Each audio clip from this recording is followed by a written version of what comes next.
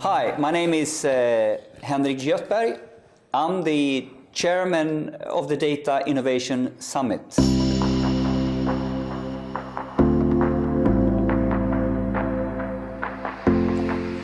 And my name is Goran Svetanovsky, founder of Hyperite and producer of Data Innovation Summit. And you are watching the director's cut of Data Innovation Summit. So the preparation for Data Innovation Summit started around 10 months before the event, actually. And the main question was, as the event has grown exponentially over the past years, basically to find a venue that will glue all these different dimensions together. One of the dimensions was that we wanted to have like a bigger place that will accommodate between 1,000 to 1,200 people. The second dimension is basically to extend the agenda so it fits the current challenges. In 2017 we had like 3 stages. This year we had the 5. Another dimension to this is basically we wanted to extend the opportunity basically for more technology providers to be there, and the last one was basically to make this event both physical and digital, right, and provide end-to-end experience and value to all these participants coming in. And this was one of the hardest things to do, and we decided in the end to move with the Kista-mässan, the Kista Convention Center in Stockholm. And the actual preparation of the event started on Monday morning. So we built basically all the stages, all the equipment that needed to be done, and Data Octagon till Wednesday afternoon. And basically then on Thursday everything was ready. Seeing basically Data Innovation Summit and growing this from a small event to a very large complex event, it was quite a experience and quite emotional as well. Seeing all the lights kicking in and all the people starting coming in, and see the smile on their faces when they see the band coming in, playing while they are coming in and taking their badges and etc. It was quite a momentum. But very quickly, so basically we have at the event at Kista-mässan, you enter in and you come into a large expo area. With the expo area we have about 40 different partners. 44 different partners this year. Data innovation, it's all about promoting the best data-driven innovative projects we can find and the best data-driven innovative technologies. So these things these things go together. But the complex of these things was like how to organize an event which has all this dimension into one place and everything goes simultaneously. So you have the Data Octagon in the middle, which is basically an online stream agenda. You have 5 different stages. Then you have 80 demos in the expo area, and you simultaneously organize all these caterings around it and the experience and the opportunity basically and place for people to meet and exchange knowledge and just basically network, right? And this was the main challenge of this. But I think that on the end it went quite well. Tell me a little bit about the ideas that went in on how to organize the 5 different stages. What was the themes of these stages and why they are like they are? I think that we delivered on what you and me discussed eventually, basically somewhere around June, when we were looking basically of how this event can capture all what is happening right now, right? If we were looking at Data Innovation 2016, where we were basically fighting at that point of time to move from this concept that everything is disruptive and all of these things, but in the same time we were trying to explain that the only way how you can innovate through data is in the digital economy was through data. But at that point of time it was not a lot of pockets that we can show. It was customer experience management where most of the organization focused at that point of time. Now data innovation is all over the place. In the organization you can find that in the pricing, you can find it in R&D, you can find it in sales, you can find it in marketing, you can find it in all of these different aspects. And this is what basically we wanted to present in one point of time. And the second thing, as we discussed, you need to divide the people, processes, technology and data, right? And in the same time show all all these different aspects that you need to have in the moving wheel. Everything from the business output of data innovation to how to set up the analytics to data management, because without data, dirt in, dirt out. Then the new things that we did this year, and I think I'm so glad that we did it actually, based on the conversation that you and me we had, automation and IoT are going to be the biggest pedestals of innovation in the next 2 or 3 years. And this was clear basically on the event. If you see the reciprocity of people that attended those stages, it was unprecedented. It was amazing to see how many people are looking at that. Machine learning, artificial intelligence, and IoT. Yeah, and if I would put it in my words, what we're trying to achieve with the different stages is to actually try to pinpoint the key cornerstones of getting operational value out of analytics. So you need to have your innovation, you need to have your business problem and understand that you need to solve. So you need to be innovative with your existing processes or building new processes. Great. Then you need to take on the whole stack. How do I deal with data and data provisioning? You know, traditional big data discussions and all this. So how to deal with data management stage. And then you get into the analytical stage. How do I deal with, making algorithms out of this? And then ultimately, we're now adding the other stages, literally, with all the machine-produced data, IoT and automation and all those topics. It's also about getting the data in. So here we have then 5 stages that is more or less covering the key building blocks of making operational value out of analytics. I think that is for me one of the key pillars of this vision for how we would set up this conference. Yes, and I think it worked quite well. And combining this with the digital platform, where we had like 8 panels covering everything from GDPR, data management, big data, data science, artificial intelligence, and etc. I think it was quite amazing. So in this director's cut or the video replay that you have, you also have basically not only the presentation of on all the different stages, you also have the panels basically that were going on in the data octagon. And I think that was a very, very good way in making this event towards our vision, right? Our vision was that we wanted to make data innovation one of the 5 biggest events in the world by 2020. So it was a 5-year plan. But how do you make a local event be global? And Data Octagon this year basically proved that this is actually doable. We got around 1.8 million impressions on Twitter during the day with a live stream program. And that is also basically the ability of this, right? Yeah, and I must say it was simply cool to come into the expo area and you have a live broadcast going on with the big lights and the 6-meter octagons type stage in the middle of it. I thought it was just a cool atmosphere. And Robert did like a fantastic job. Yeah, the moderator, yes, Robert Luciani. Robert Luciani, he's vast, he's technological, he's good on stage, he knows all the questions. I mean, sitting together with the VPs of big companies and asking the hard question is not a very easy job, and he did it. No, very well. and I think this is also another thing. We have all these great presentations from senior vice presidents technology in Teradata to guys from Google and Uber, doing some very cool stuff.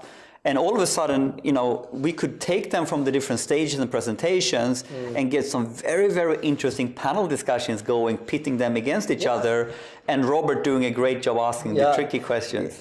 If you look at the artificial intelligence panel, I think it was beautiful. That's really nice. Yeah. But let's talk a little bit about the day itself. How what is your main reflections, or from a producer point of view, about the event itself? So this is why we have this director's cut or this video replay, because data innovation is a fast-moving event. It's supposed to serve as an inspirational event for people basically to get inspired about all these different projects and different technology that is coming in and what is possible to do with this data in this digital economy, right? But when you're coming to this event, right, we had 72 speakers on stage. It's impossible to see all of them. All right. So all the people, of course, they need to make choices. Which event, which presentation I will go to, and trying to get the next one and next one. It sounds a little bit like, it feels a little bit like it's too fast.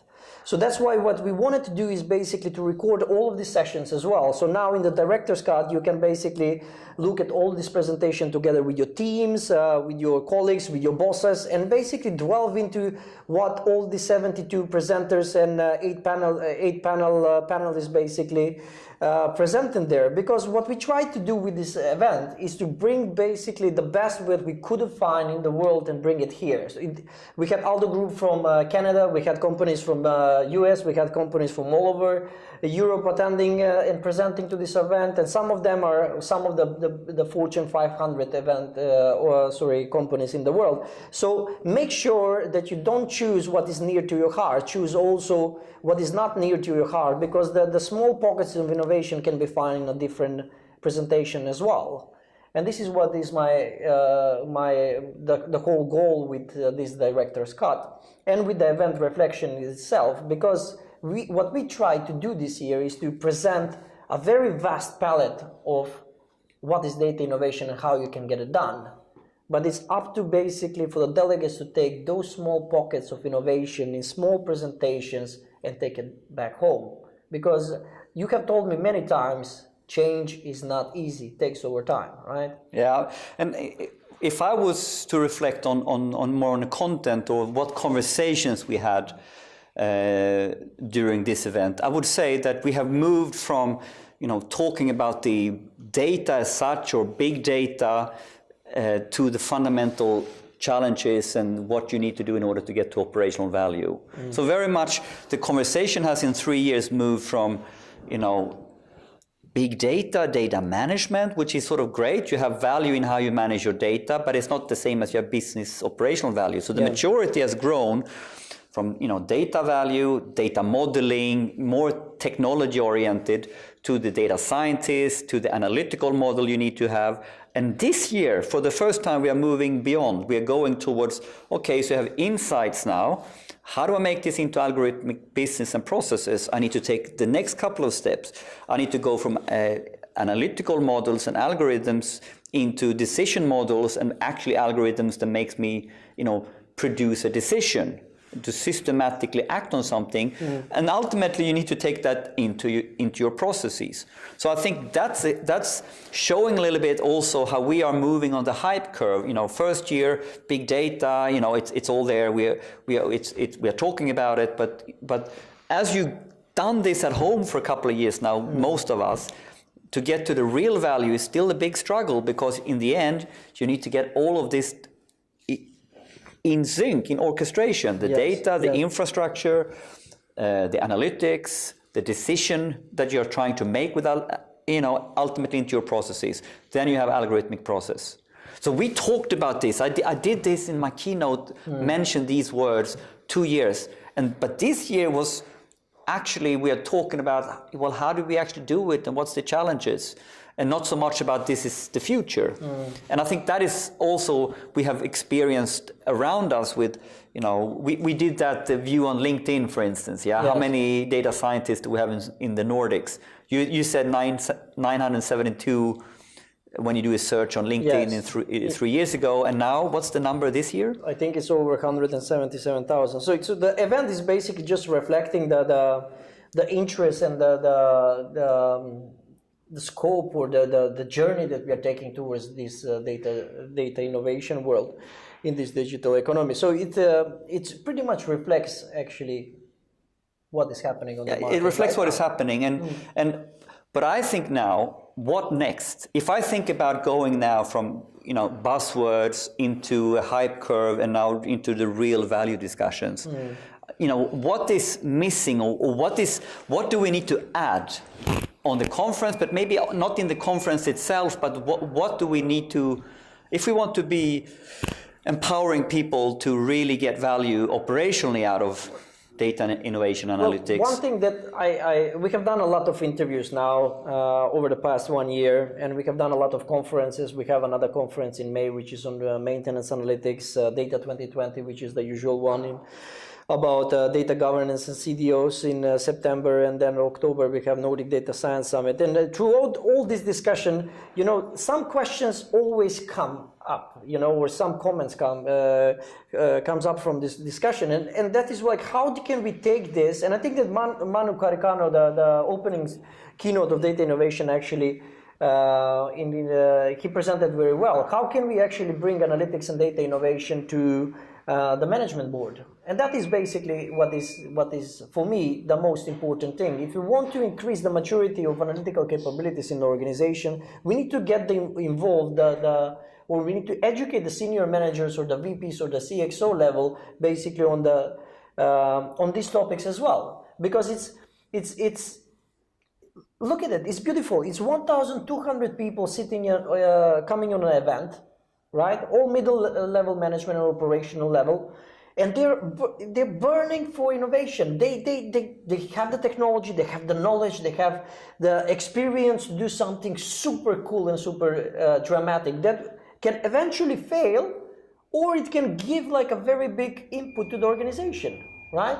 But if nobody's listening, then yeah, and the big problem, why this is a problem, is that ultimately, if you want to get to operational value, the main challenge, as I see it, and we have talked about this, is the orchestration that all these pieces of the puzzle needs to come together. So if you only get technology in place, or you hire data scientists, or you have information governance, or you work with innovation, but you're not stringing this together, the operational value will not be there. So for me, that is one of the main problems here, that as middle management, we are typically stuck in our corner a little bit. Yes. And I think what we are seeing now is those fundamental macro level challenges that you need to address. You need to have data literacy in all parts of the organization. Yes. Why do you need that? Well, in order to lead and to organize yourself to be fit for an algorithmic process. So if I have a very successful analog process for the last 100 years, and the managers of this have a view on how that is managed, you are very much in what I would call a Kodak moment. Yes. You are sort of not reinventing your organization or your process. And the guys you are working in there who actually has the capabilities, you're not getting any leverage out of them, because they are stuck in trying to do their job with one hand behind their back, jumping on one knee with silver tape over their mouth. So this is one thing, the data literacy on CDO level to be able to orchestrate this, to really understand how to organize the future company. This is a challenge for the traditional company. And you see it very well with the digital natives, where this is not a problem. Yeah, I think this is what this is my take on what you said. Yeah, I think it's a little bit discussable as well in terms of like digital born companies. There are some digital companies, born companies as well in the gaming industry as well that are struggling. As the company grows, starts to basically go throughout different stages, right? And they're chasing the investors' points of view and etc. And then it becomes difficult, I would say. But all in all, I think that. The importance here is to have a value, to have a vision. The vision needs to come from the top level. So that means that they need to understand the capabilities of the middle management and the operational level that they can do. And data governance and CDO probably will boost this type of a capability, in my opinion. But we'll see how the market will develop. But let's jump to one other topic that I think is maybe the other piece of this puzzle to go from inspiration and conferencing into operational value. So one piece of the puzzle is how to engage and get the C-levels to come, or create a conference or forums where they can meet and talk about these topics. This is one, yeah. The second topic that I see is what we realize, that when you do an inspirational conference, 72 presentations, 15, 20 minutes each, you're scratching the surface. And in order to get this from idea and inspiration to operational value, you need to go deep. You need to go deeper. Yeah. You need to figure out how to go deeper, so the people who are actually doing the job can ask the right questions and actually connect it more with their own world, I would say. And for me, one of the key challenges here is that as long as we are not in the sort of do-it-yourself mode. You know, you're relying on external consultants, or you are bringing in, you know, niched expertise, data guys. You are not fundamentally shifting into the new operational model. You're simply giving, you know, you're patching up a dying dog with some plasters. So, in my opinion, consultant and all this, they will definitely need it in the transition. But to be data-driven in the end, this do-it-yourself idea needs to happen. Yes. We need to actually have managers and middle managers and expert doing it in our company if we are data-driven. Yeah. That means, how can we facilitate the more operational side of this learning and inspiration? Our mission as a company is basically to increase the maturity of data literacy or analytical capabilities through organizations. And that we usually do throughout our events. Now, so basically, I'm taking this from our point of view, our stand as a Hypred, as an organization. So what we are trying to do is basically to increase the value of what we are providing. So yes, we do events like Data Innovation Summit and the other ones around it. But actually, I see the more value actually in people coming and joining network discussions. For example, company A with company B having lunch and discussing about the do's and the don'ts and where they are trying to go and how they're deploying these technologies or etc. Try to educate themselves between. And we as a company would like to be the bridge between those companies to put them into one place. So that is one point. So basically make smaller, better, or not better, but a smaller and more insightful type of events like seminars, workshops, trainings, boot camps, hackathons, and etc., where people basically can derive some kind of a message. And the second thing is now with we are sitting actually in where are we? Maybe that's something we are in mention. The data cave of the newest Hyprid Data Club in Stockholm.